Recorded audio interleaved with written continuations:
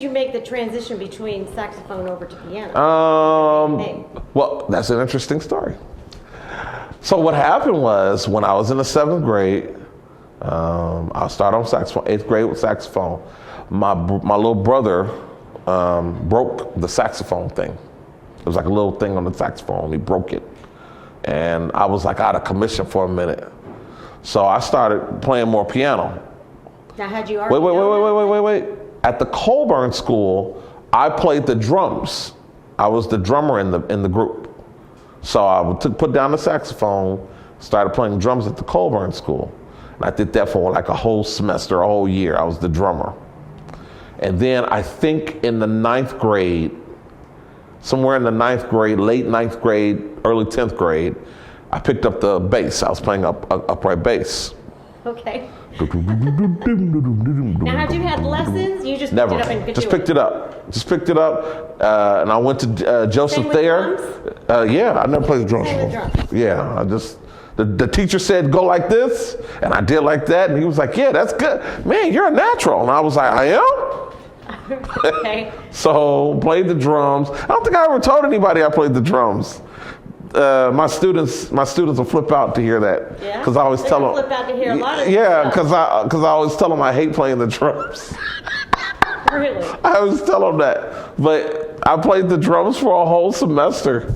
And no, it was a whole year at least. And then the bass player, I think the bass player was leaving, and we didn't have a bass player, but we had other drummers that wanted to play.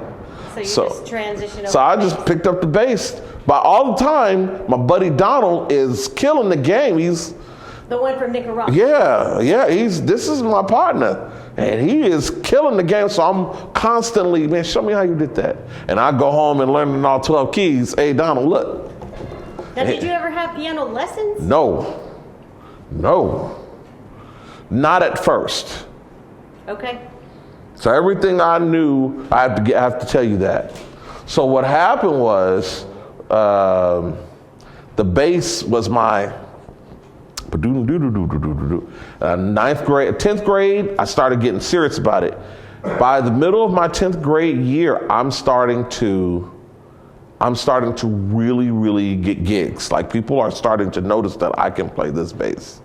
And now I'm starting to travel around the country playing Now, bass. gigs, meaning? Get like one-offs, like, you know, go over here and play this club. I'm 16. I'm not supposed to be in there. So like nightclubs? Yeah. Okay. Yeah, but I'm playing bass, so I'm, you know. I'm sure you were tall enough they didn't realize that. Well, nah.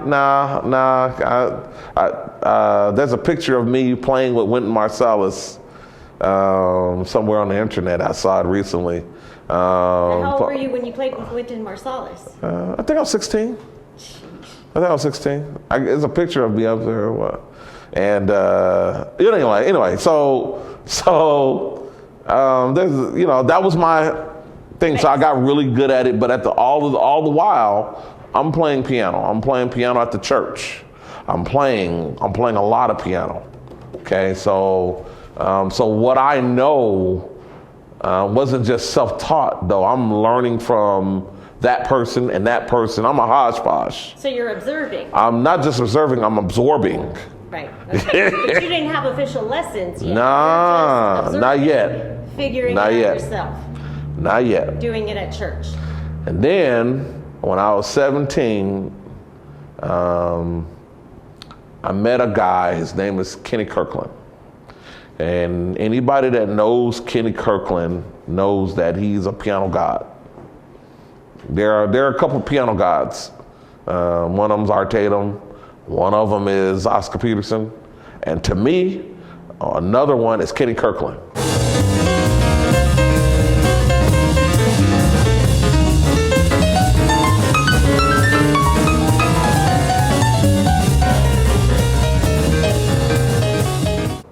And Kenny would let me come over his house, so I would have to ditch school, and I would have to go to his house and sit there and let him beat me up. And he would show me the most incredible stuff. How did you meet him again? He used to play at this place called the Bellagio.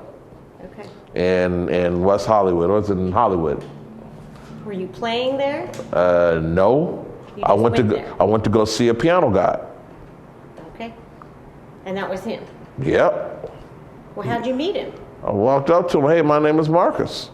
Wow. Okay. He was like, yeah, man, can I get your phone number, man? I'd love to call on you and talk to you. I just got your record, man. I'm loving it. I want to learn some of your voice. Hey, man, come to my house. Yeah, when? Come by on Wednesday at 11 o'clock. Now, I'm not going to say, hey, I got to be at school. Did he know you were? No. So you were still at the Coleman school then? No, I was at Hamilton. Hamilton was Monday through Friday. Coleman was like Saturday and Sunday. Okay. But there were some classes at night that the Coleman school had us go to. So you were doing this 24/7? It was every day, and so I didn't go to whatever class on that day. Kenny said, "Come to my house." I'm there. You're not getting ready to rob me of this. Right.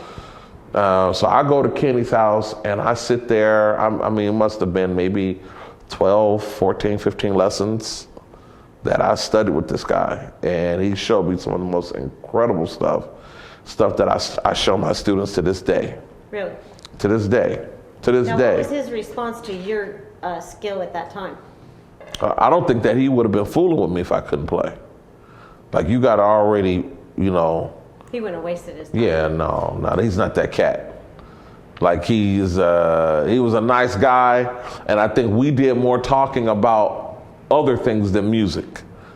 But the stuff that he taught me is the stuff that I passed down to my advanced students.